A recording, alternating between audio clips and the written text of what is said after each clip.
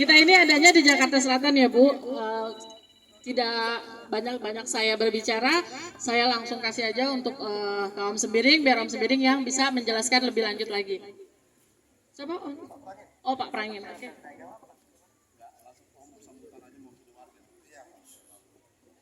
Ya, terima kasih. Saya di sini sebagai perwakilan keluarga untuk mengucapkan kepada kita sini agar kita di sini untuk mendukung Bapak Abraham. Ya, itu Bapak Abraham ya. Oke. To the point. Saya nggak mau yang namanya basa-basi. Apa keluhan ibu, apa keinginan ibu akan Pak Abraham berikan yang terbaik buat warga sini. Jadi dukung Pak Abraham. Ya, dari Golkar ya. Oke, terima kasih Bu. Biar kita dengarkan Bapak Abraham untuk kata sambutan patah dua kata. Biar aku ketua tim saya nih. Bang, izin saya. Oke. Assalamualaikum warahmatullahi wabarakatuh. Selamat sore menjelang malam. Salam, Om Swastiastu, Nabi Budaya, salam kebajikan. Terima kasih banyak buat seluruh warga yang ada di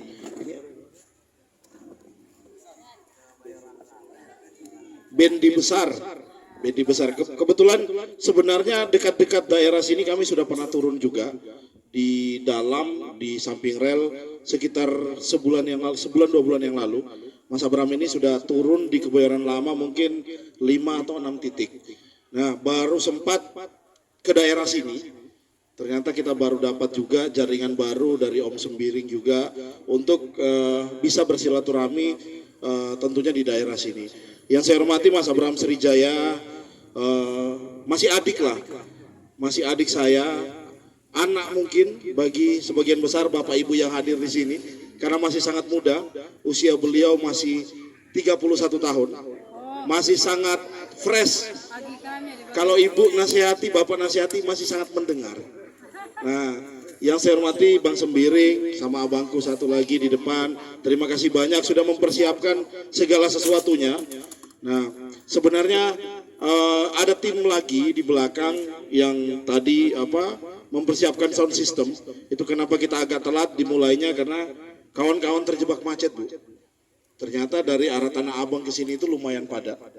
Nah, saya sedikit perkenalkan diri, nama saya Agung Fitrayanto, asal saya bukan juga dari Pulau Jawa, saya dari Sulawesi Tengah tepatnya Kota Palu. Saya dari Kota Palu, 2019 kebetulan saya juga ditunjuk sebagai ketua tim untuk mengantarkan Mas Abraham bagaimana caranya bisa duduk di Senayan. Nah, tidak lupa buat abang-abangku juga dari Panwascam, Panwas Kelurahan juga, dari Polsek, KLU tadi kalau tidak salah saya lihat ada sekitar 4 orang.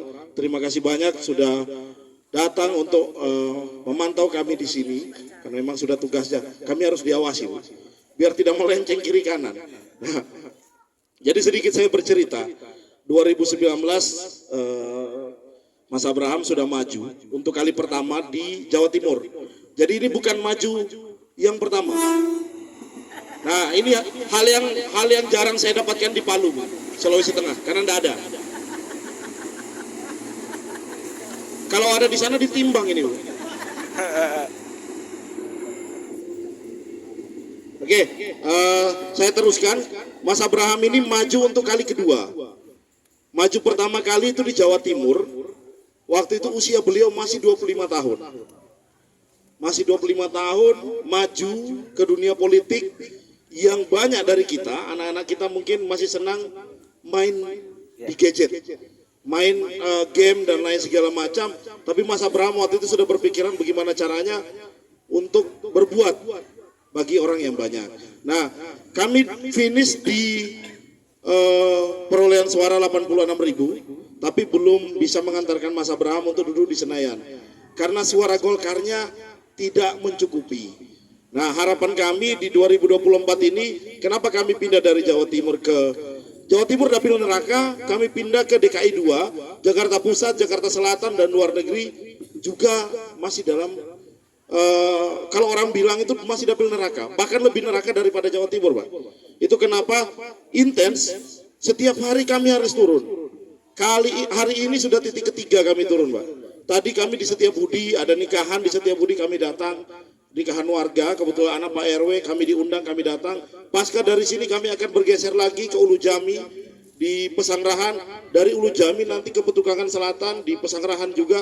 Jadi memang kami maksimalkan betul. Kenapa kami harus maksimalkan? Karena calegnya usianya masih sangat muda, masih sangat energik untuk waktunya bisa bertemu dengan masyarakat. Tentunya pasca ini nanti Mas Abraham akan menyampaikan banyak hal terkait kenapa beliau mau maju ke kontestasi politik ini, dan kita akan buka sesi tanya jawab. Bapak Ibu silakan bertanya. Mas Abraham, kok kenapa begitu ingin maju ke Senayan, mengabdi buat masyarakat? Nanti silakan ditanyakan. Sedikit saya cerita, 2019 itu begitu kami diumumkan kalah, lawan kami waktu itu kebetulan incumbent 2 periode, Bu. Jadi sudah 10 tahun di Senayan, dilawan dengan anak usia 25 tahun. Suara Mas Abraham 86.000 ternyata kalah. Semua bukan itu inti dari semuanya. Itu kenapa saya pasca 2019 membantu beliau, pasca beliau tidak jadi, pasca beliau dinyatakan gagal, saya masih nekat datang ke Jakarta. Padahal bahkan saya tidak bisa bedakan antara Kemayoran dan Kebayoran. Orang bilang Kebayoran lama, saya pikir Kemayoran, Bu. Pusat apa selatan ini?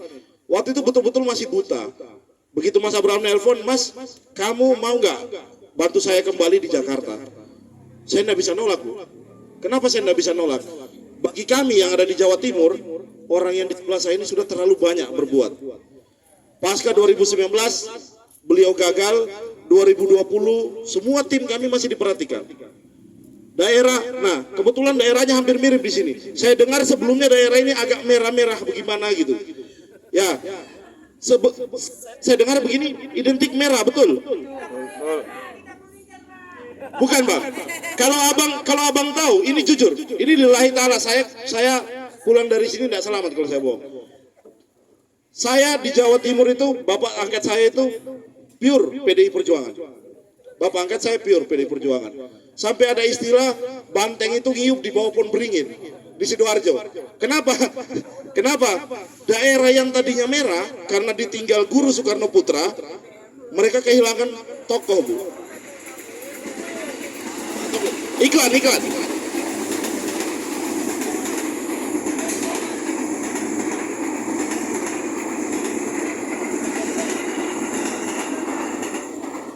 Jadi Mas Abraham ini nggak kaget kalau ketemu dengan kawan-kawan yang identik warnanya irisannya merah. Waktu itu beliau saya jebak. Saya bilang, Mas, dari Jakarta pesawat jam berapa? Mas Abraham bilang, saya tiba di Surabaya jam 7. Mas, jangan balik ke Surabaya dulu. Mas, hingga di Sidoarjo saya mau ketemukan dengan bapak angkat saya. Bapak angkat saya bilang, Pak, pernah enggak DPR RI datang ke rumah Bapak? Enggak pernah, Mas. DPR RI itu cukup nitip saja. Nitipnya kemana? Ke DPRD yang ada. DPR RI taunya beres saja. Saya bilang ke bapak angkat saya, ini orangnya mau datang ke rumah Bapak. Kata bapak saya, kalau sampai datang ke rumah saya, sampai mati saya bela, katanya. Saya datangin Mas Abraham, datang jam 8 malam, Mas Abraham kaget, rumahnya semua Megawati. Rumahnya merah, Pak, sampai di dalam merah. Ini lillahi ta'ala. Sampai di dalam merah. Mas Abraham kaget, bapak saya kaget juga. Saya pikir yang kamu bawa tadi calegnya merah, ternyata kuning, katanya. Nah, yang datang itu ada Mas Abraham. Kenapa? Karena Mas Abraham tidak pernah bawa tandem, Bu.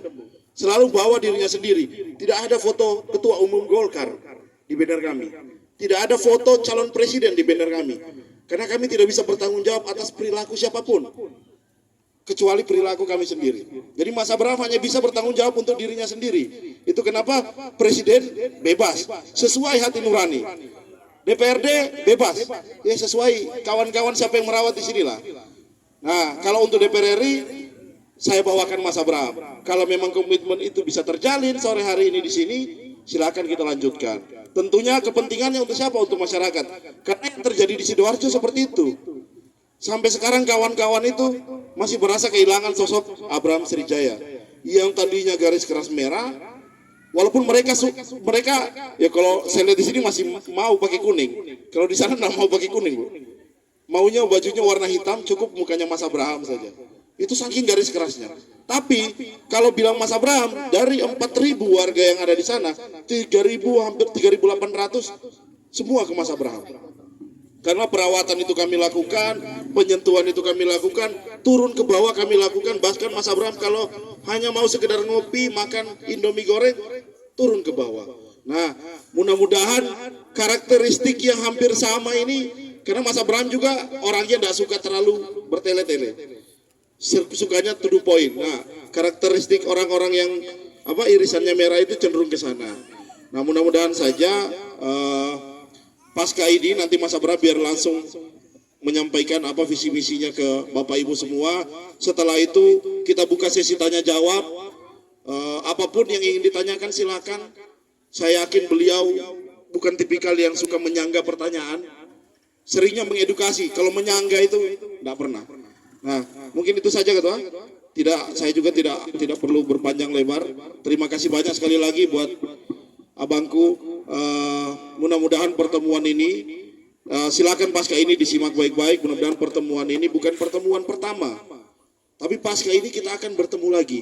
Entah kegiatan apapun yang kemudian kontribusinya itu bisa dirasakan oleh masyarakat yang ada di sini. Terima kasih sekali lagi. Saya Eri, wabillahi taufiq wal hidayah. Wassalamualaikum warahmatullahi wabarakatuh. Oke. Selamat sore semuanya. Assalamualaikum warahmatullahi wabarakatuh. Shalom.